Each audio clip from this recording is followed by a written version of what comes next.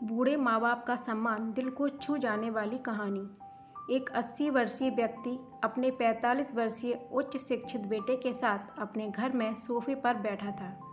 अचानक उसकी खिड़की पर एक कौवा बैठ गया। पिता ने अपने बेटे से पूछा, यह क्या है? बेटे ने जवाब दिया, यह एक कौवा है। कुछ मिनटों के बाद पिता ने अपने बेटे से दूसरी बार पूछा, यह क्या है? बेटे ने कहा, पिता, मैंने अभी आपको यह कौवा है कहा है।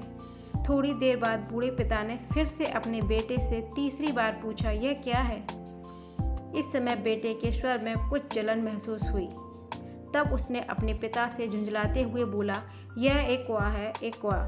थोड़ी देर बाद पिता ने फिर से अपने बेटे से चौथी बार पूछा, यह क्या है?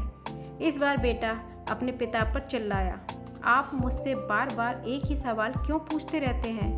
हालांकि मैंने आपको कई बार बता चुका हूँ कि यह एक कौवा है, क्या आप इसे समझ नहीं पा रहे हैं? थोड़ी देर बाद पिता अपने कमरे में गए और एक पुरानी डायरी लेकर वापस आए, जिसे उन्होंने अपने बेटे के जन्म के बाद से बनाए रखा था। एक पेज खोलने पर उन्होंने अपने बेटे को उस पेज को पढ़ने के लिए कहा। जब बेटे ने इसे पढ़ा तो निम्नलिखित शब्द डायरी में लिखे गए थे।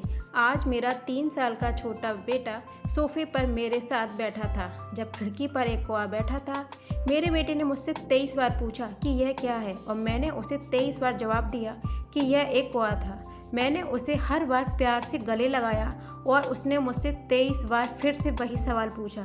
मुझे इस बात से बिल्कुल भी चिढ़ नहीं हुई कि मैंने अपने मासूम बच्चे के लिए प्यार महसूस किया है, जबकि छोटे बच्चे ने उससे 23 बार पूछा। इसे पढ़कर उस बेटे को अपने किए गए व्यवहार का पता चल गया था, जिसके चलते अब वह मन ही मन बहुत ही शर्मिंदा हो रहा था। शायद उसे अब किए गए अपने बूढ़े पिता के प्रति व्यवहार पता चल गया था। इसलिए यदि आपके माता पिता जब बुढ़ापे में होते हैं तो उन्हें ना तो पीछे छोड़ें और ना ही उन्हें एक बोझ के रूप में देखें, बल्कि उनके साथ एक दयालु शब्द बोलें।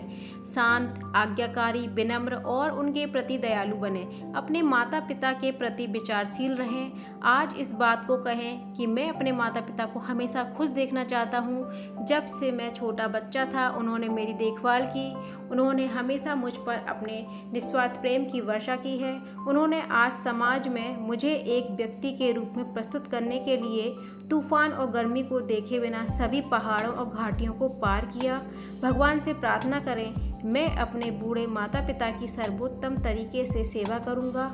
मैं अपने प्यारे माता पिता को सभी अच्छे और दयालु शब्द कहूँगा, चाहे वे कैसे भी व्यवहार करें। फ्रेंड्स, आपको ये कहानी कैसी लगी कमेंट बॉक्स में ज़रूर बताइएगा और कहानी पसंद आने पर मेरे चैनल को लाइक, शेयर, सब्सक्राइब ज़रूर कीजिएगा। Thanks for watching.